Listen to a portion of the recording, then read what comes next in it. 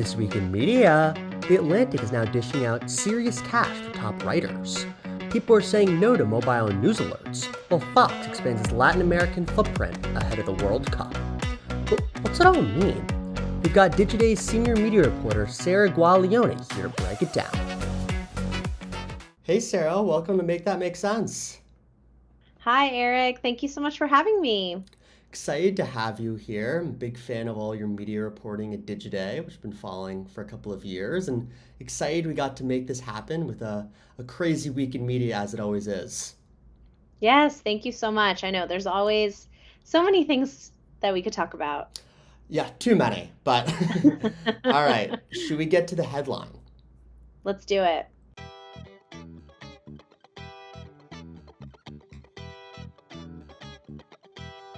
So this was a really interesting study that came out of the Reuters Institute of Journalism and was reported on by CNN this week about news alerts on mobile devices. It seems almost second nature that every major outlet that you have, you're going to get a news alert from at least once a day. But we're seeing a lot of audience fatigue from this, either from just a bombardment of alerts or the type of alerts. Even in the article, they said that 43% of people are now turning off these notifications completely. In light of this trend in your experience working at Digiday, how do you think publishers can adjust to this type of trend to make sure that their audiences are informed but not overloaded? Yeah, it's a really interesting trend for sure. The Reuters Institute, this report that comes out every year, I feel like another part of that study that kind of lends itself to this conversation as well is that there's been an increase of news avoidance in general from people across the world, really.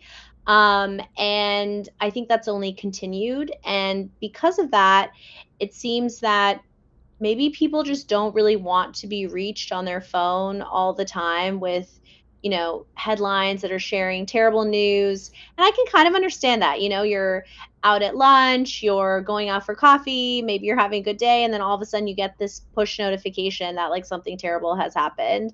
And so I think there's definitely a market for people who do always want to be informed, who do always want to know about the latest and breaking news, and push notifications work really well for people like that from big news organizations. But I think I'm not surprised that there are more and more people who are turning off those notifications. Like I know I'm bombarded by them all day, every day. I don't even really know how to turn them off. And I know that people who work on the teams that are in charge of these push notifications are also very much aware of this issue. And I think more than ever, they're being very, cognizant of people's time and energy and all of that, and trying not to push news alerts when they aren't really, really important, or they don't think that readers want to, it's not important enough to bother someone in whatever they're doing that day or even that night, right? But at the same time, I feel like personalization has improved at a lot of these news organizations. Now you can choose, right? Like what kind of notifications you want from news organizations. You can choose what topics you want to get push notifications from, or about. And because of that, in that sense, I am kind of surprised that this has continued to increase, because you would think that now that users of these news apps have more control over the topics and how they're getting informed about those things, you might see that more people are liking this feature, but that doesn't seem to be the case. So maybe the personalization isn't very good. I don't know. Do you think this, and there's not an easy answer to this, do you think this trend is maybe a broader reflection of a rejection of more short form content in favor of long form? Or do you see short form content and push notifications as kind of two separate mediums that don't really relate? Yeah, that's a really good question. I mean, I think people's attention, it's harder to get people's attention, you know, now more than ever in some ways, because of how publishers, news organizations have to compete with social media platforms, with all kinds of other things for people's attentions while they're on their phones. And you would think that the shorter the better, right? Like I love push notifications because I can see what's going on that day, what's the most important, like by just scrolling through the notifications that I've gotten on my phone, right? I don't even have to open an app. I don't have to go to a website. Like I can just see them right there on my phone. So in that sense, it is surprising, but maybe it also does signal, like you're saying, that when it does come to news, like people can get that information from social media, right? They can get it from X, maybe they're getting it from TikTok, Instagram. So they don't want to be like bombarded with, yeah, push notifications if they can get those digestible, like you're saying, sort of short form information through social media, and then might prefer, yeah, like longer, more deeper analysis on the news through apps, through websites, things like that. Yeah, I'm not sure. It's a good point because you would think, yeah, that something that's short and easy and digestible and a good way to reach people would be really popular. But I think maybe it also signals, yeah, just like the news avoidance. And I think people are just really burnt out by all the sort of bad stuff that's happening right now. I don't blame them. Yeah, the combination of general news avoidance and the drastic shift into how people are discovering their news, either through search or through social media, has like definitely changed the landscape. And as you said, there's no easy answer here, so we'll have to see where we go. All right, should we get to our tweet? Let's do it.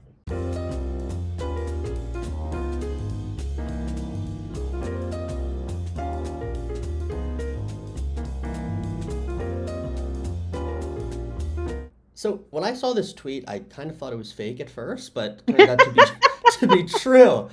So the Atlantic has had a good year, right? There's a couple of factors that's happening because first off, you had the huge Signal story that basically dropped in their lap. So that was kind of lucky and led to more revenue. Plus, you have a billionaire founder who is very willing to put money into editorial talent. Bigger question though, I guess for me, is that you're seeing a lot of, high-end digital media companies like a Puck and other places that are paying for really accomplished journalists. Is this $300,000 number a sustainable like salary for these high-level editorial people, or do you think the Atlantic is just kind of a one-off here?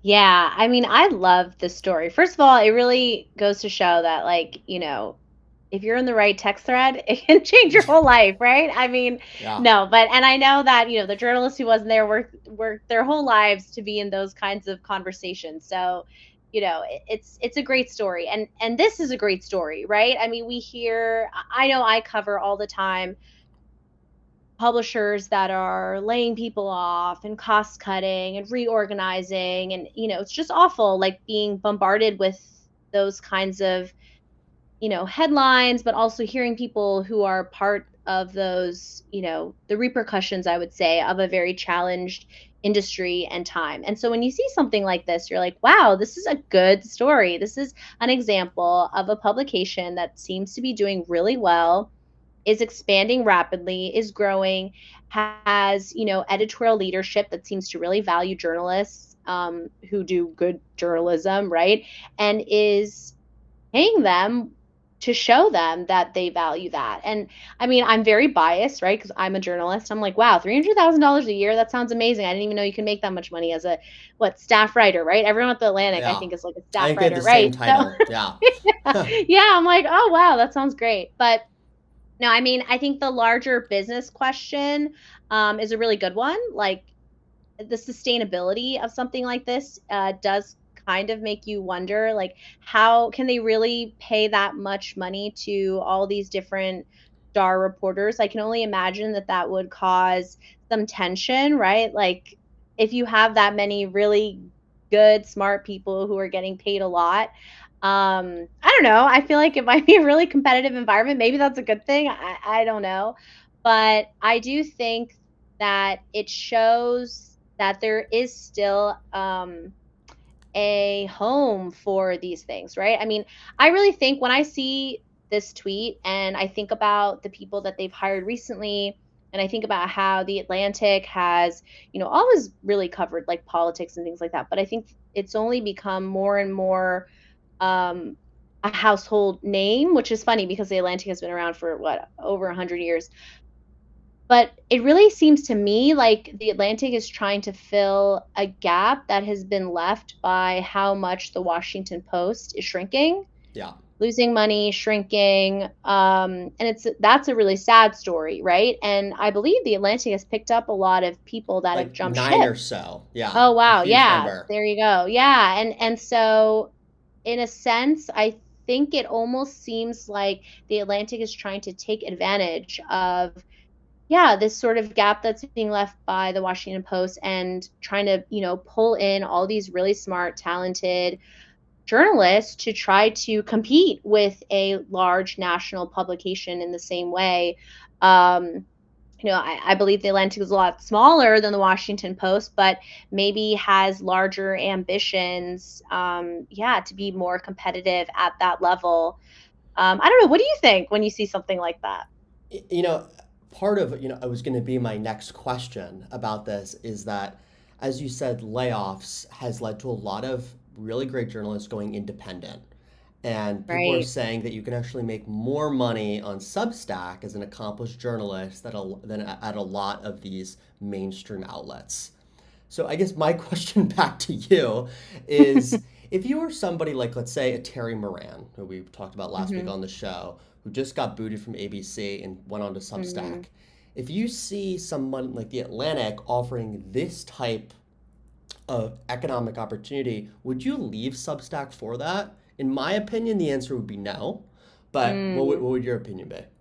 That's interesting because I think while this was happening, one of the Atlantic's top writers, Derek Thompson, actually announced that he was leaving the Atlantic to go to Substack. Yeah. And, I think it really depends on what you want as a journalist because there are a lot of pros and cons, right? Like Derek wrote that going to Substack meant that he would have full freedom to cover things that he hasn't really been able to write about without the input, right, of, I'm sure, great editors, but editors, right? And there's a lot of that goes into the conversations and process over what you can cover, the style, those kinds of things. I think if you're a well-known journalist, you can go to Substack, you can have that full independence and freedom, but it comes with also then having to be your own business, right? Like you have to figure out how to make money, how to draw in readers, how to continue to grow that business, make it sustainable.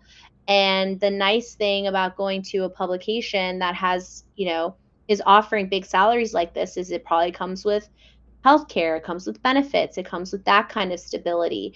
So I think it really depends, right, on how much freedom you want as a journalist versus some of the perks of working for a larger institution. And then also like how much money you can make independently, right? Like I think some journalists have larger sort of followings outside of their publication than others. I don't know. And I think some are making a lot more than that on Substack.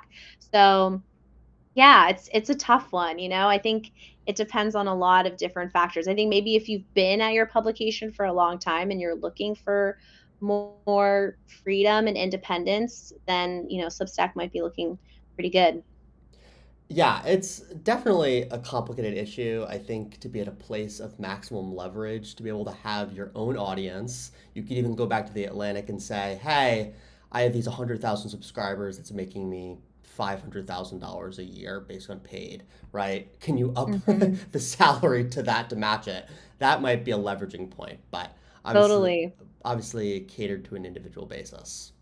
Mhm. All right, should we go to our deal? Yes.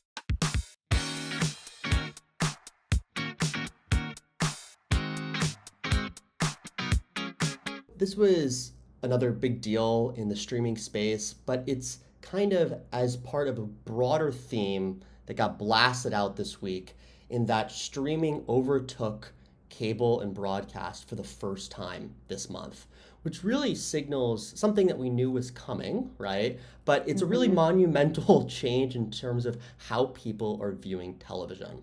So let's Hmm. start let's look at the Fox move first as the reflection of its kind of macro idea, and then we'll kind of dig into the strategy. How do you think Fox acquiring this kind of streaming provider fits into the broader narrative of streaming kind of taking over TV? Yeah, totally. I think, as you said, this is maybe not really a surprise that we finally reached this moment. Streamers have been growing and growing and growing over the years, and it's just the new way that people are consuming content, right? Cable cutters have also just been increasing, and I think it was just a matter of time, right? And the fact that we're finally here, it is a big milestone, but one that I think we've all seen coming for sure. And I think the fact that what Fox is doing here with sports in particular is kind of like the next layer of that, which is that live sports streaming is going to be the next chapter of these streamers, right? And their competition for audiences, for eyeballs. And it's what advertisers want too, right? They want to be able to sell ads alongside sports. So this totally makes sense to me. We've been covering at Digiday how much sports is like the next big thing for streamers. It's only been growing and growing and growing. It's what advertisers want. It was a huge part of the conversations at the upfronts this year, maybe in some ways more than ever. And so for Fox to get into the game by acquiring Caliente TV, I don't know, it seems like a smart move. Yeah, I think it's a smart move too, honestly. And to your point around the advertiser angle, I think advertisers rightfully look at sports fans and live sports fans in particular as kind of the North Star, right? Because those are people Mm, that are actively going to watch a sport and are very actively engaged. We've seen that for totally. years, even from, how much people pay for a Super Bowl commercial or a primetime thing. And now we're seeing, Netflix doing NFL games. This kind of just seems Hmm. like the next progression of that. Last question, kind of as a strategy point. The World Cup is coming to the US next year. Yes. This, in my opinion, seems like a pretty smart play in terms of captivating a Latin American audience, which is going to be really into the World Cup, clearly. How do you think an integration like this can best be activated in in advance of a huge sporting event like the World Cup that's going to attract a lot of people from the region? That's a great question and a great point because it's true. There's going to be so much attention on the US when the World Cup comes in. And I don't know the details of this deal. You might know more than I do, but is this going to serve as another platform to be able to air some of those games? My understanding is that it's going to fit into the Fox streaming service that's coming in the fall. Right. Didn't know the exact details, so it'll be interesting to see how that works out. But that's, it's a good point, that kind of nuance. Yeah, because if so, then it totally makes sense that, it's another way to reach a global audience leading up, like you said, this streaming service that they've been teasing coming out before the World Cup. There's a lot of opportunity here, I think, for reaching a global audience with a huge world sports event that's going to happen right here at home. I think that we're going to see more deals like this probably, right? That are going to be timed to really, be at the center of the World Cup next year. Totally agree. All right, should we finish off with a trivia question? Let's do it. True or false? The Free Press was founded in 2020. Ooh, great question. The free press. Hmm. I'm gonna say false. It would be false. Yay. When I was looking up for a trivia question, I think the newsletter that Barry Weiss started was in 2021, but then it officially launched as the Free Press in 2022. So you were correct; it was false. Awesome. Great. All What right. do I win? Pride, yeah. Okay, I'll take it. All right, Sarah. Really appreciate coming on and breaking down some of the top stories in media for this week, and looking forward to seeing your continued reporting at Digiday and excited to stay in touch. Yeah, thank you so much, Eric. This was a lot of fun. I really appreciate it. Awesome.